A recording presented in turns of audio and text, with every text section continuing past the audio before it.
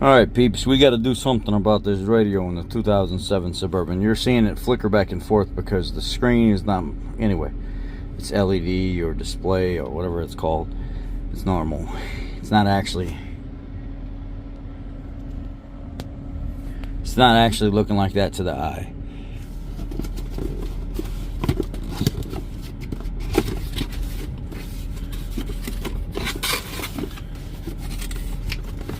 Here's the screen and what it looks like.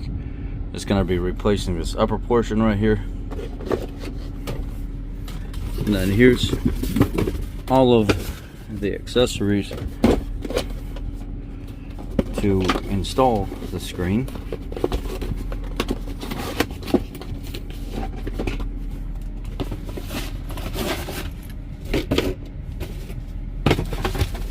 And there's a part number if you guys want to see the part number. It's a GMA13 OS Android, 2 GB, 32 GB storage, 8-inch touchscreen. And here's everything that you need. It's a factory plug-in for the harness, for the buzzer and stuff like that, because a lot of these, the buzzers go out, and this one, when you take the factory radio out and hook this in, this gives you your door alarms and stuff back. Anyway, let's get to installing this thing. Oh yeah, by the way, this harness is marked every single location of where it goes. It says like this right here, brake shift control. This right here, amplifier if you want. And then some of these other ones down here, if you want to hook up other speakers and stuff, camera input, and all this plugs right into the radio. Everything is labeled. If you go to Harbor Freight or get on Amazon and look for plastic clip tool pullers or whatever, I just use a little small flat blade screwdriver. I pry it up underneath this corner right here, and then as you can see, I'm just going to work my way around it and just keep on snapping this bezel all the way around until I can get it completely out of there, and then that will free up access to the radio screws. Now the bezel's off, you can see that the radio screws are present. A lot of times you have to pull apart the screws on the lower portion to get the upper portion off as well, so you're going to have to pull all the screws off all the way around. And here I'm just using a bit driver tool with a 7mm bit in the end of it, and I've already taken the screws out of this side. Now I'm working on taking the screws out of this side right now. I slid the bottom portion out and then the middle portion out, and then I was able to take the radio out. I unplugged the connections in the back. Let me give you a brief rundown of how this spaghetti mess is hooked up. The most important thing is knowing where your power port is, which is this right here, and it's the black connector that comes with the harness. That then feeds over into the harness over here. You're going to take your purple, if you have a purple one. You may end up having to use the gray one depending on what year you have, but I did not have to use the gray one on this one. My purple went to my black here, and it will only go in one way. There's alignment tabs in the bottom right here. So I have black and purple and black. You'll figure out which one it is that you need, because stuff won't work if you have it plugged in the wrong port. Power port's here.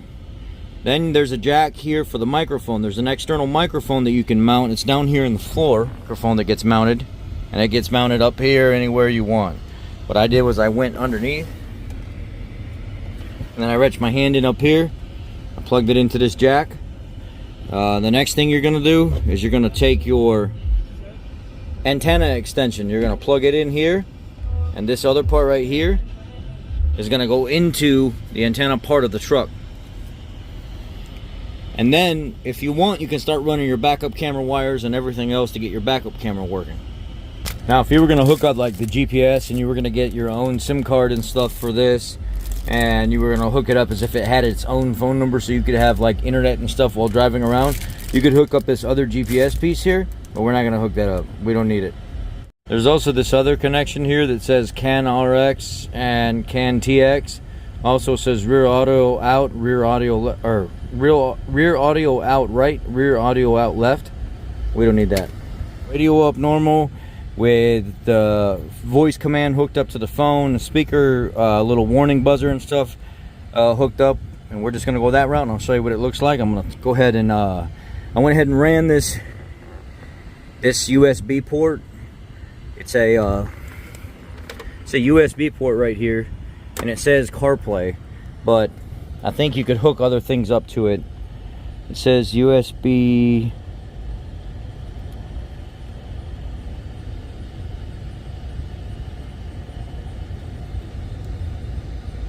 Yeah, USB CarPlay.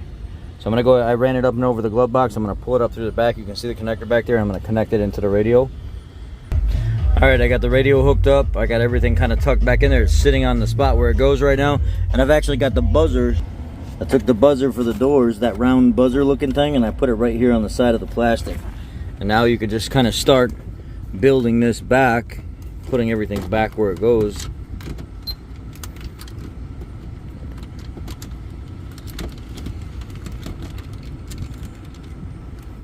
Once you get everything put back together, I left a few screws out. I'm going to go back and put them in.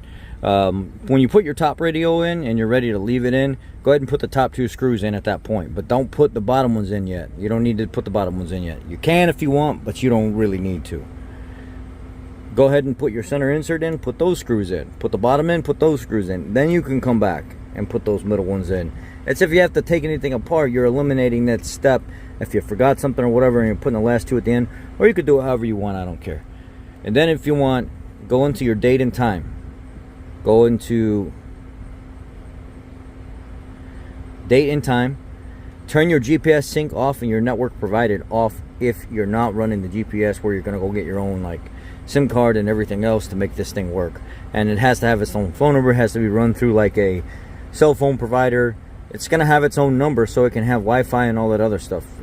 I'm not going to do that on this because my phone's going to be hooked up to it, and I already have service going to my phone, and my GPS can be then projected for Android CarPlay. Android CarPlay is what I use. And then I went ahead and set my date and time, and 24-hour format if you want. Use local default. It says time zone British summer. It's not. I don't know how to really change that, to be honest with you. Okay, there we go. I just clicked on United States. Got it? No, I don't want that.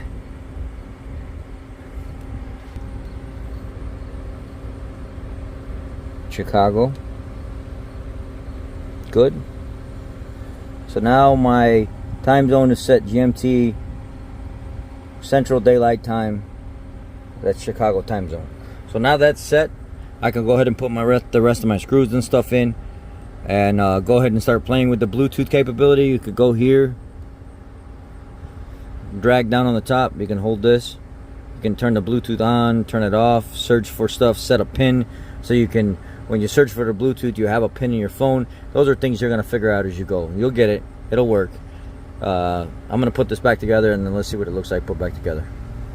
Okay, it's all hooked up, and I have my speaker, my microphone up here for the phone connection as well. If I want to talk on the phone while I'm driving, my hands free.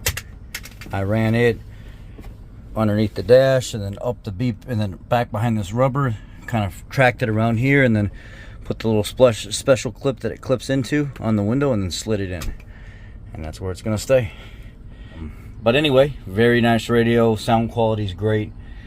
Bluetooth hooked up right away. You go into your Bluetooth settings and stuff like that, and you can actually name it whatever you want. So I got rid of the name that was in there, and I typed in like Mickey Mouse, and then I put my own pin code.